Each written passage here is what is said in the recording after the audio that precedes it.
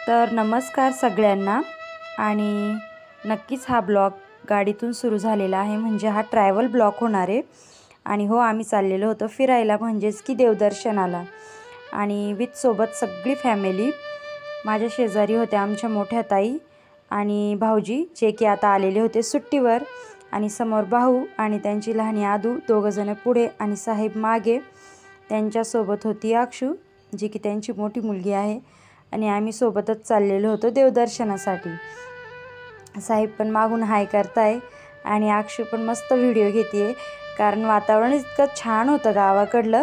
बघा, हे सकाळचा टाईम होता आणि किती सुंदर असं वातावरण होतं, मस्त छान सकाळचा टाईम होता। आणि आम्ही निघालेलो होतो 8 वाजता, कारण तिकडनंही रिटर्न यायचं होतं।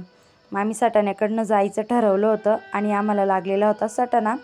आम्ही एंटर केलं होतं सटाण्यामध्ये, ही सटाण्याचं लोकेशन, आणि इथेच पोरं पुढे बसलेली होती, त्याच्यामुळे त्यांना तर लागणार होती भूक। खाऊचा पुडा बघितल्यावर सगळ्यांनाच लागते भूक, आणि मग आदूला आणि भाऊला लागलेली होती भूक। मग त्यांनी घेतले छान छान खाऊचे पुडे, कारण त्यांना लागलेली होती भूक।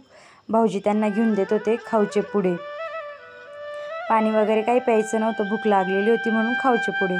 मग आम्ही बारीच्या रस्त्याने आलो, तर बारीच्या रस्त्यात लागलेलं होतं माता अर्धनटेश्वरी चिराई मातेचं मंदिर, आणि आम्ही इथे थांबलो आणि रस्त्यातच होतं, त्यामुळे आम्हाला घ्यायचं होतं दर्शन। मग देवदर्शनालाच चाललो आहे, तर मग सुरुवात इथूनच करू। मग भाऊजी आणि पोरं गेले मातेसाठी पूजेचं काही सामान घ्यायला, आणि आम्ही गेलो मंदिराच्या आतमध्ये। छान अशी प्राचीन मूर्ती होती माता नटेश्वरी अर्धनटेश्वरी चिराई मातेचं, आणि मंदिर इतकं छान होतं, आणि बाहेरचा आजूबाजूचा स्पेस पण इतका छान मोकळा। गावाकडे म्हटलं की एकदम निसर्गरम्य वातावरण, आणि छान अशी अवतीभोवती सुंदर असं मन सोक्त करणारी पर्यावरण असते। हे बघा, किती छान मोकळी जागा, आणि त्यामध्ये होतं मातेचं मंदिर, आणि मंदिरही खूप छान होतं आतमधूनही। बाहेर मस्त महादेव आणि आपले नंदी महाराजची पिंड होती सुरुवातीला, आणि आतमध्ये जाता खूप आतमध्येही मोकळं मंदिर होतं। दर्शनही छान झालं, आणि आम्ही इतर वेळेस गेलेलो होतो तेव्हाही बघा भक्तांची किती गर्दी होती, म्हणजे इतर टायमात, म्हणजे नवरात्रीत वगैरे किती गर्दी असेल। मग आम्ही इथे ओटीभरांचं सामान घेतलं, आणि देवीची पूजा वगैरे करून दर्शन वगैरे, मुलांनाही दर्शन करून दिलं, दर्शन वगैरे घेतलं, आणि इथे मातेचं दर्शन वगैरे घेतलं, आणि बाहेर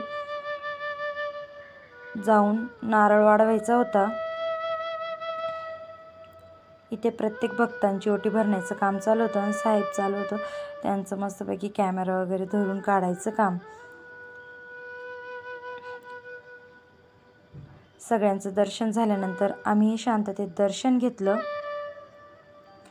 आणि मंदिरही खूप मोठं होतं, आणि अगदी मन प्रसन्न होईल अशी मातेची लहानच पण एकदम छान अशी मूर्ती होती। खूप सुंदर, मन प्रसन्न झालं। पहिल्याच वेळेस आलेलो होतो या रस्त्याने, त्यामुळे म्हटलं मातेचंही दर्शन घेऊन जाऊ।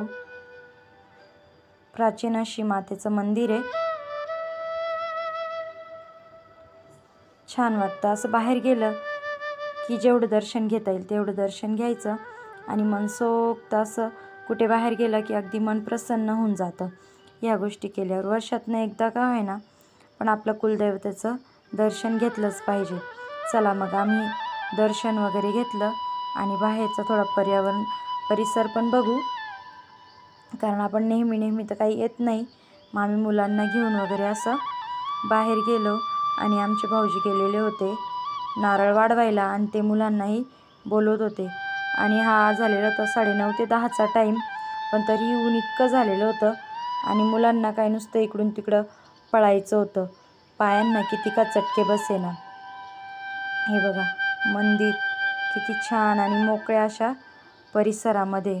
मग आम्ही दर्शन वगैरे घेऊन पुन्हा गेलो गाडीकडे, कारण आम्हाला जायचं होतं पुढे, अजून लांब होतं, भरपूर वेळ लागणार होता जायला।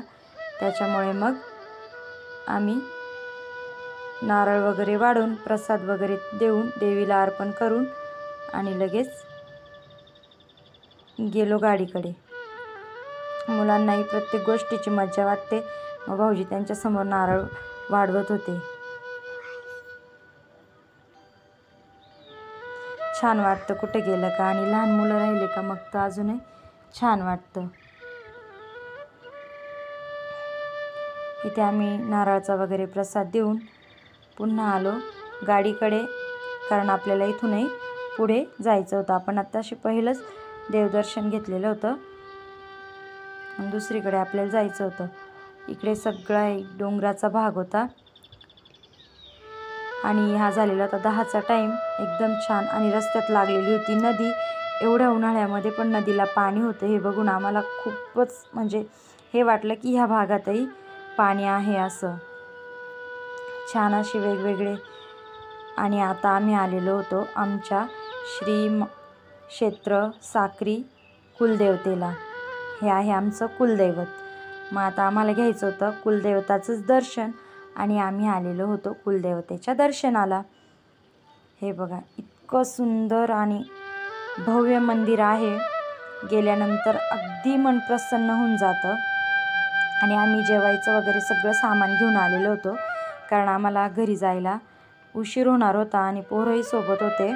आणि आमच्या कुलदेवतेचं मंदिर अशा परिसरात आहे की तिथे आजूबाजूला किरकोळच दुकानं असतील, जास्त नाही. त्याच्यामुळे आम्ही सामान वगैरे सगळं घरूनच घेऊन आलेलो होतो, कारण आम्हाला थोडा जास्त वेळ घालवायचा होता मंदिरामध्ये. आणि पोरं सोबत असले की मग त्यांचं खायचं प्यायचं, आणि आम्ही 5-6 जणं होतो त्याच्यामुळे आम्ही खायचं प्यायचं सामान सोबत घेऊन आलेलो होतो. आणि इथून घ्यायचं होतं आम्हाला ओटी भरण. आम्ही खाली गेलो तोपर्यंत 11-11:30चा टाईम झालेला होता. खूपच पाय भाजत होते. आम्ही सामान वगैरे देवीच्या मंदिरात ठेवलं आणि पहिले म्हटलं हातपाय वगैरे धुवून येऊ. तिकडे होते हातपाय धुवायची सोय, आणि मगच बाकी पूजेचं सुरू करू म्हटलं. मग आम्ही ताई आणि मी निघाले होते तोंडाने हातपाय धुवायला. म्हटलं बाकी सगळं नंतर करू, पहिले तोंड हातपाय धुवू आणि मग आपल्या पूजेला सुरुवात करू. हे बघा, इतकं छान असं मंदिर आहे. म्हणजे गेल्यानंतर आहे ना तिथे एकदम अगदी मन प्रसन्न होऊन जातं. आणि किती भव्य असं मंदिर आहे. आणि हे आहे श्री क्षेत्र साक्री, आमची कुलदेवता श्री नागाई माता. आणि आम्ही गेलेलो होतो आता तोंडात पाय धुवायला, आणि पोरांचं चालू होतं इकडे तिकडे पळायचं काम. इथे शेजारी पूजाही चालू होती, आणि मंदिराची वाईप इतकी छान येत होती की अगदी मन प्रसन्न होऊन जात होतं. एकदम सुंदर. इथे शेजारी होते सर्वप्रथम गणपती बाप्पा, आणि डावी साईडला होते श्री हनुमान. आणि मग हे बघा, ही आमच्या नागाई माता कुलदेवता आहे. देवीचं रूपही किती छान आहे. बघितल्यानंतर अगदी मन प्रसन्न होऊन जातं. वर्षातून एकदा तरी म्हणतात की कुलदेवताचं दर्शन हे घेतलंच पाहिजे.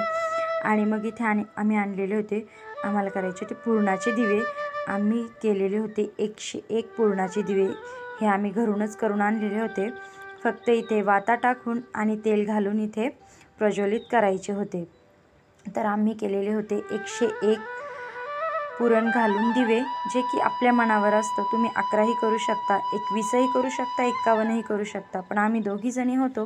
ताईचं म्हणणं नाही कमी जास्त आपण दोघीजणी 51 म्हणजे 101 तरी करू, कारण मागच्या वेळेस ताई आल्या होत्या त्यांनी 51 केले होते. मग म्हणे आपण ह्यावेळेस दोघीजणी जातोय, मग आपण 101 करू. आणि ते भाऊ आणि आदूचं चालू होतं खेळायचं काम. बाप्पाचा प्रसाद घेऊन आणि खेळत होते छान देवीच्या पटांगणात. कुलदेवतेचा आशीर्वाद आपल्या मुलांवर बनून राहावं याच्यापेक्षा मोठी गोष्ट काय. आणि 101 दिवे होते, त्याच्यामुळं आम्हाला वेळही लागणार होता तेल आणि वात घालायला. मग आम्ही पटपट एक जण पुरण घालत होतं, एक जण वात घालत होतं. असं करून मग भाऊजींना ताईंनी सांगितलं की तुम्ही हे छान असं तिथे आपल्या हवनकुंडाच्या साईडला इथे असे माळावं लागतात दिवे. हे नवरात्रात केव्हाही तुम्ही गेले, हे तुमच्या मनावर आहे तुम्ही किती घेता. आणि भाऊजी असे छान छान दिवे माळत होते, तोपर्यंत आम्ही तेल वगैरे घालत होतो. आणि कुलदेवतेच्या इथे इतके छान प्रसन्न वाटतं आल्यानंतर, असं वाटतं तिथून जावंच नाही. इतकं छान. तुमची कुलदेवता कोणती आहे नक्कीच मला कमेंटमध्ये सांगा. तर आमची कुलदेवता नागाई माता आहे. आता दिवे वगैरे माळल्यानंतर त्यांना प्रज्वलित करायचा टाईम आणि हवा इतकी येत होती, पण आम्ही चौघं जणांनी दिवे प्रज्वलित केले आणि छान ते दिवे जेव्हा प्रज्वलित झाले तेव्हा अजूनही त्या हवनकुंडाचं रूप इतकं छान दिसत होतं. हे बघा, आम्ही जेवढे प्रज्वलित केले 1-2 दिवे हवेमुळे विझूनही जायचे, पण शक्यतो आम्ही सगळे दिवे प्रज्वलित करून झालेले होते. पूर्ण हवनकुंड आम्ही दिव्यांनी प्रज्वलित करून दिलेलं होतं आणि ते केल्यानंतर एक वेगळीच वाईब आपल्या मनाला भेटत होती. जसं की देवीचा आशीर्वाद आपल्याला भेटत होता. ते जसे जसे त्यांची चमक वाढत होती तशी तशी मनाला शांतीही मिळत होती. कुलदेवतेच्या इथे गेल्यानंतर मनाला शांती आणि मुलांवर त्यांचा आशीर्वाद बनलेला राहिला की मग छान वाटतं. मग इथे भाऊजींनी आणलेलं तो ओटी भरण देवीचं. मग आम्ही खणा नारळाने आईची ओटी भरली. मातेला हात जोडून नमस्कार केला सर्वांनी. आमच्या मुलांवर तुझी कृपा राहू दे आणि सर्वांना निरोगी आयुष्य दे. मग आम्ही कुलदेवतेचं ओटी भरण वगैरे केली, पूजा वगैरे केली आणि आम्ही जेव्हा गेलो तेव्हा गर्दी बिलकुलही नव्हती. त्यामुळे दर्शनही इतकं छान मनसोक्त झालं. गुरुजींनी आमची दोघांचीही आईच्या तिथल्या धान्यानी ओटी भरलं. एका सौभाग्यवतीचं सौभाग्य तेव्हाच पूर्णपणे प्राप्त होतं की जेव्हा देवीच्या चरणातले धान्यानी तिची ओटी भरल्या जाते. तर खरंच कुलदेवतेच्या इथे येऊन अगदी मन प्रसन्न झालं. साहेबांनीही डोकं टेकवलं आणि साहेबांच्याही कष्टाला यश देव. कारण शेतकरी राजा कष्ट तर करतो, पण सुख समाधानीही त्याला आपले कुलदैवत, आपले पूर्वजच देऊ शकतो. तर नक्कीच नागाई माता ही आमच्या साहेबांना त्यांच्या कष्टांना यश देव ही आईचरणी प्रार्थना केली. आणि नैवेद्य साधाच आणलेला होता आम्ही, पण गुरुजी म्हटले जो पण आणलेला होता, मग तिथं आम्ही नैवेद्याचीही पूजा केली. आणि इथे बघा लाडूबाईचं खेळायचं काम चालू होतं आणि भाऊजींनी साष्टांग नमस्कार केला. भाऊजींचं झाल्यानंतर आम्हीही केला आणि मग म्हटलं पूजा वगैरे ओटी भरण झाली आणि घेतला आम्ही आरती करायला. तर आरती ही मी 11 पूर्णांच्या वातीची केलेली होती. तुम्ही साध्या दिव्याचीही करू शकता, पण इथे म्हणतात की नागाई मातेच्या इथे आले की आमच्या इकडे 11 पूर्णाच्या वातींचीच आरती केली जाते. मग गुरुजींनी बाहेर येऊन आरती म्हटली आणि आम्ही चौघांनीही आरती केली. आरती वगैरे झाल्यानंतर आणि इथं आरती झाली आणि मुलांचं आतमध्येच खेळायचं काम चालू होतं. आम्हीही त्यांना रागवलं नाही, कारण इथे देवीच्या चरणी आल्यानंतर मनसोक्त मुलांच्या होऊन जाऊ दे म्हटलं. आणि इथे मग आम्ही खाली आलो, झाडाची एक सावली बघितली आणि इथे सगळ्यांनी जेवायला घेतलं. मुलांचं झालेलं होतं म्हणून त्यांचं चालू होतं फेरफटका मारायचं काम. साहेबांचंही जेवण झालं होतं आणि निघालो आमचा प्रवास पुन्हा घराकडे. आणि घराकडे जायला आम्हाला झालेलं होते 1-1.5. भाऊ झोपलेला होता, आधीही झोपून गेली होती आणि ऊनही वाढलेलं होतं.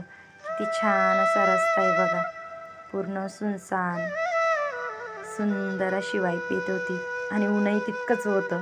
म्हणून मी माझ्या खिडकीच्या साईडला स्कार्फ ओढून घेतलेला होता, कारण भाऊ झोपलेला होता आणि भाऊच्या डोक्यावर खूप ऊन येत होतं. मग मी स्कार्फ काचेला लावला आणि ते ऊन थांबवून घेतलेलं होतं. आणि आम्ही ज्या मार्गाने गेलो त्याच मार्गाने आलो होतो. हे होतं आपलं अर्धनटेश्वरी चिराई मातेचं मंदिर. मग आम्ही गेलो आणि उन्हाचा टाईम होता. मुलांना तर काही दिसलं की हट्टच करायचं असतो. मग त्यांना प्यायचा होता उसाचा रस. मग आम्ही घेतला ताजा ताजा असा उसाचा रस आणि उसाचा रस इतका गोड होता, खूपच छान. मग आम्ही आलो ताराबादमधनं. हा ताराबादचं लोकेशन आहे. ताराबादवरनं सटाणा आणि सटाणावरनं आम्ही आलो होतो. छान अशी सुंदर वाईप येत होती फॅमिली बरोबर. आणि इकडे तिकडे बघायचं काम चालू होतं. ऊनही वाढत होतं, त्याच्यामुळे मी स्कार्फ लावलेलाच होता. आणि आम्ही सटाण्यातून येणार होतो बारीच्या रस्त्याने आणि भाऊन त्यांचं ज्यूस पिऊन, उसाचा रस पिऊन ते फ्रेश झालेले होते आणि चालू होती मस्ती, खूपच मस्ती. पप्पा बोलत होते आणि तो 4 वेळेस बोलून दाखवत होता, म्हणून खूपच मस्ती चालू होती इथं. आणि ऊनही तेवढंच होतं. अक्षू काकाचा चष्मा घेऊन तिचंही मस्त मस्ती करायचा काम चालू होतं. आणि आता आम्ही आलेलो होतो सटाण्यामध्ये. सटाण्यामधनं बारीतनं जायचं होतं आपल्याला घरी. आणि मग बारीतनं आल्यानंतर आम्हाला दिसलं ओम गणेशाय नमः. मग आम्हाला इथे बारीतला गणपती म्हणजेच नवशा गणपती, नवसाला पावणारा असा हा बारीतला गणपती, मूर्ती लहान पण कीर्ती महान असा हा आमचा नवशा गणपती बारीतला. मग आम्ही म्हटलं थांबा आणि गणपती बाप्पाचंही दर्शन घेऊन जाऊ. देवदर्शनाला चालू आहे, मग जेवढे देव मार्गामध्ये पडतील सगळ्यांचाच आशीर्वाद घेऊन घेऊ. असं इतर वेळेस तर शेतीच्या कामांमुळे जायला जमत नाही. मग म्हटलं चला आता जमतंय की, फॅमिली पण सोबत आहे. आणि मग सगळ्या मुलांना सोबत घेऊन आम्ही देवदर्शन घेतच होतो. मग रस्त्यात लागले होते बारीचे गणपती, नवशा गणपती, नवसाला पावणारे. मग इथे पहिले भाऊजींनी त्यांनी पूजा वगैरे केली, प्रार्थना केली. आणि मग भाऊला वाजवायची होती घंटी. त्याच्या मोठ्या पप्पांनी वाजवून दिली त्याला गणपती बाप्पाची घंटी. आणि मग आधीलाही वाजवायची होती, पण आधीला 1 नंबर वाजवायची होती. भाऊनी 1 नंबर वाजवली म्हणून तिचा इथे मूड झालेला होता खराब, पूर्ण मूड खराब झालेला होता. लहान मुलांना काय कळतं, जिथे गेलं तिथे त्यांचंच धकलं पाहिजे असं वाटतं की नाही. मग इथंही तसंच आहे. ताई आणि भाऊजींची पूजा झाल्यानंतर मीही गणपती बाप्पांची पूजा केली आणि प्रार्थना केली की गणपती बाप्पाची नवीन सुरुवात केली आहे, त्यांना तुमचा प्रतिसाद चांगला लागू दे. आणि मग रिटर्न आम्ही निघालो घराकडे बारीतनं. हा पूर्ण बारीचा एरिया आहे. डोंगरातनं आजूबाजूला पूर्ण अशी डोंगरच आहे बघा. पण गावाकडलं पूर्ण वातावरण छान वाटतं. मग ते आपल्या शेतातलं असो की फिरायचं असो, म्हणता म्हणता आपलं गाव पण येऊन लागलं. आणि म्हणता म्हणता आम्हाला 3 वाजलेच होते घरी यायला. इथून गावाची सुरुवात होते आपल्या. आणि आता 5 मिनिटात आपण पोचणारच होतो आपल्या घरी. गाडीतही छान असे गाणे वाजत होते देवीचे. अगदी मन प्रसन्न होऊन आलेलोच होतो आपण. आणि आता थोड्याच वेळात 5 मिनिटात घरी जाणारच होतो. आणि मुलंही फार वेडेवाणी करत होते. हे आहे आपलं गाव, चाचेर गाव. आणि आता चाचेर गावातून आपल्या मळ्यात चाललेली होती गाडी. छान असं कुलदेवतेचं दर्शन करून आल्यानंतर मन तर प्रसन्न होतं, पण ऊनही भरपूर होतं आणि मुलांनी फार त्रास दिला. इथे चालू होती मस्ती, मागे पुढे डोलायची. आलं आता आपलं घर, हे आपलं वावर. आणि